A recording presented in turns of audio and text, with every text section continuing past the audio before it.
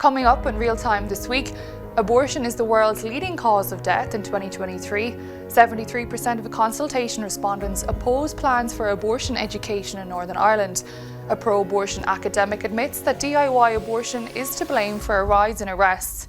Former Conservative MP describes how the death of her husband reinforced her view that assisted suicide cannot be legalised.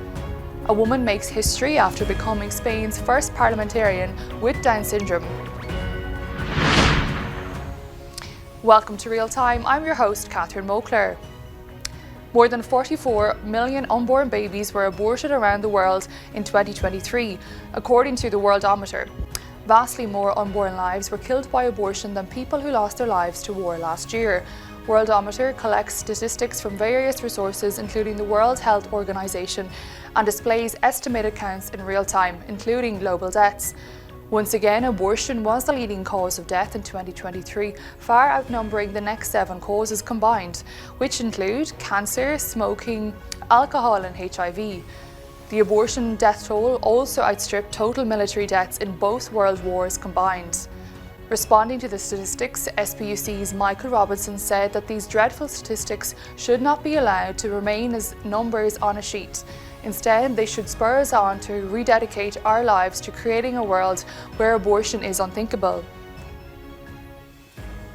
Over 73% of respondents to a public consultation oppose plans for a compulsory abortion education in Northern Ireland. The Relationships and Sexuality Education Regulations 2023 gave ministers the power to force all post-primary schools in Northern Ireland, including faith schools, to teach girls that they have a right to abortion. The changes were rolled out without a full public consultation. However, a narrow consultation seeking the views of the public on the right of parents to be informed about the content of material was launched last year.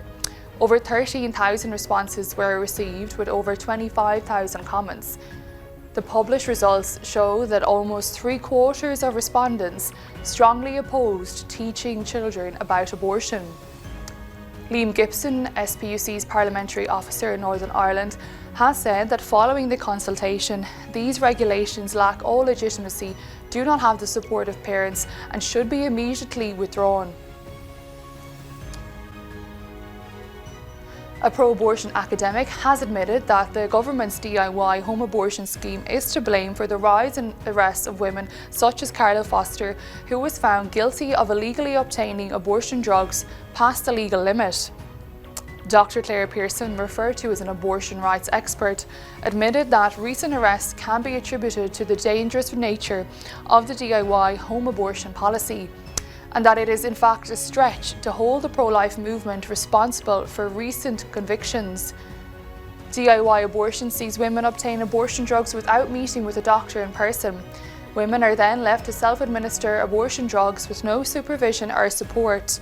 Dr. Pearson told Grazia magazine that without being able to present in front of a doctor, some of the basic checks weren't happening, and that is in fact where some of the recent arrests and prosecutions have emerged from. SPUC is calling for an immediate end to the disastrous DIY abortion scheme to prevent further harm being done to women and unborn children.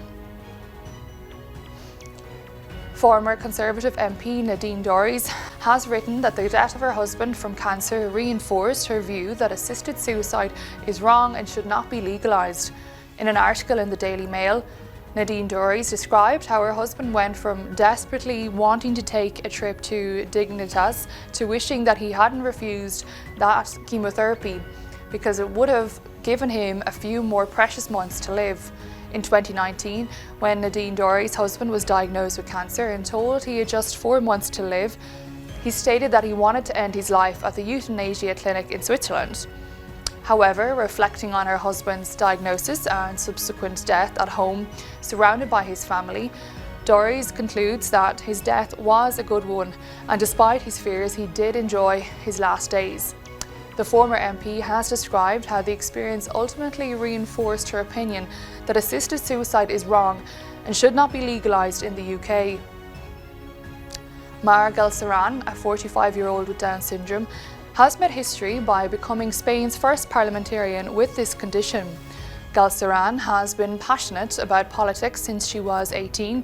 She ran as a candidate for the People's Party during the regional elections and has went on to secure a seat in the regional parliament. Speaking to media outlets, Mar Galceran said that society is starting to see that people with Down syndrome have a lot to contribute to.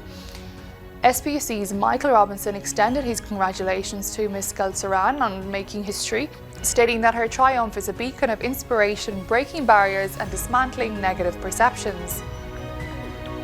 From SPUC's newsroom, I'm Catherine and this is Real Time. Thank you for tuning in. See you again next week, same time, same place.